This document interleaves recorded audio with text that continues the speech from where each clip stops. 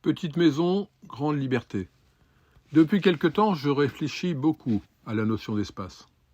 Vous le savez certainement, en ce moment, je vis dans un mobil-home depuis 2 ans. Et ce n'est pas l'expérience idéale.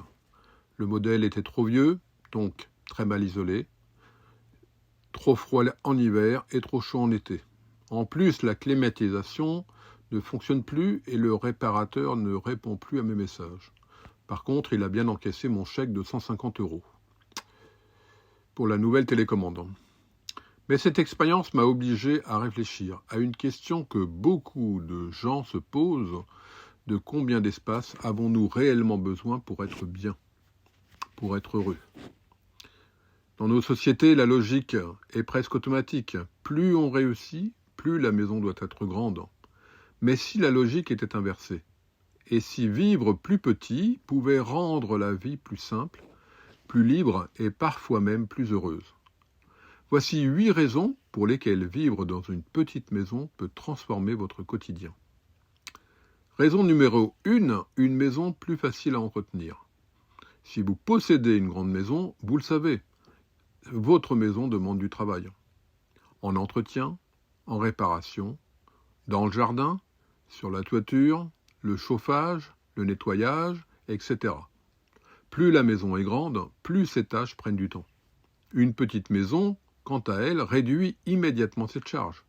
Moins de surface signifie simplement moins d'entretien. Raison numéro 2, beaucoup moins de temps passé à nettoyer. C'est un détail qui n'en est pas un. Dans une grande maison, nettoyer peut facilement prendre plusieurs heures chaque semaine.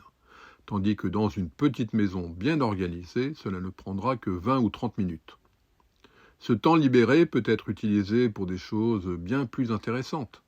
Pour lire, pour créer, pour travailler sur un projet, ou pour passer du temps avec ses proches. Raison numéro 3, des coûts beaucoup plus faibles. Une petite maison coûte généralement moins cher à construire, à acheter, à chauffer, à entretenir, à assurer et à taxer. La surface influence presque toutes les dépenses liées à l'habitat. Moins de surface signifie donc moins de charges fixes. Et moins de charges fixes signifie plus de liberté financière. Raison numéro 4, moins de dettes et moins de pression financière.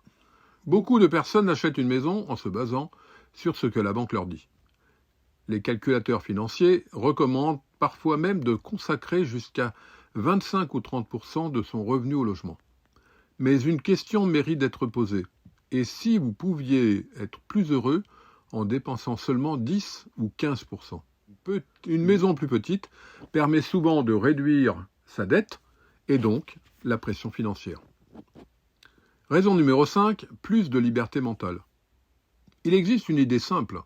Plus nous possédons de choses, plus elles occupent notre esprit et notre espace. En effet, chaque objet demande de l'entretien, de l'attention, de la place, de l'énergie mentale. La maison elle-même n'échappe pas à cette règle. Une petite maison simplifie tout, et cette simplification libère l'esprit. Raison numéro 6, un impact environnemental réduit. Une maison plus petite consomme naturellement moins de ressources, moins de matériaux pour la construire, moins d'énergie pour la chauffer, moins d'énergie pour la refroidir. C'est un choix qui peut avoir un impact positif sur l'environnement tout en réduisant les dépenses. Raison numéro 7, plus de temps pour ce qui compte vraiment. Beaucoup des avantages précédents se traduisent par une chose simple, plus de temps. Moins d'entretien, moins de nettoyage, moins de pression financière. Et plus de temps, pour soi ou pour ses amis. Ce temps libéré peut être consacré à ce qui compte vraiment pour vous, et chacun aura une réponse différente à cette question. Et enfin, la raison numéro 8, une vie plus simple. Vivre dans une petite maison oblige souvent à faire un tri. On garde l'essentiel, on élimine le superflu. Cette démarche peut sembler contraignante au départ, mais elle conduit souvent à une vie plus simple et plus claire. Moins d'objets, moins de distractions et plus de sens. En conclusion, la taille d'une maison est une décision personnelle. Elle dépend de nombreux facteurs, la famille, le mode de vie, les projets, etc. Mais une chose mérite d'être remise en question. l'idée que plus grand signifie forcément mieux. Dans de nombreux cas, vivre plus petit peut apporter plus de liberté, plus de simplicité, plus de temps et parfois même plus de bonheur. La vraie question n'est peut-être pas quelle est la plus grande maison que je peux me permettre, mais plutôt quelle est la plus petite maison dans laquelle je peux vivre confortablement. Voilà, comme d'habitude, si vous avez aimé cette vidéo, vous pouvez cliquer sur le petit bouton j'aime, vous pouvez la partager, vous abonner à la chaîne YouTube et télécharger mes 5 clés pour construire vous aussi votre maison de rêve bioclimatique. Bonjour chez vous!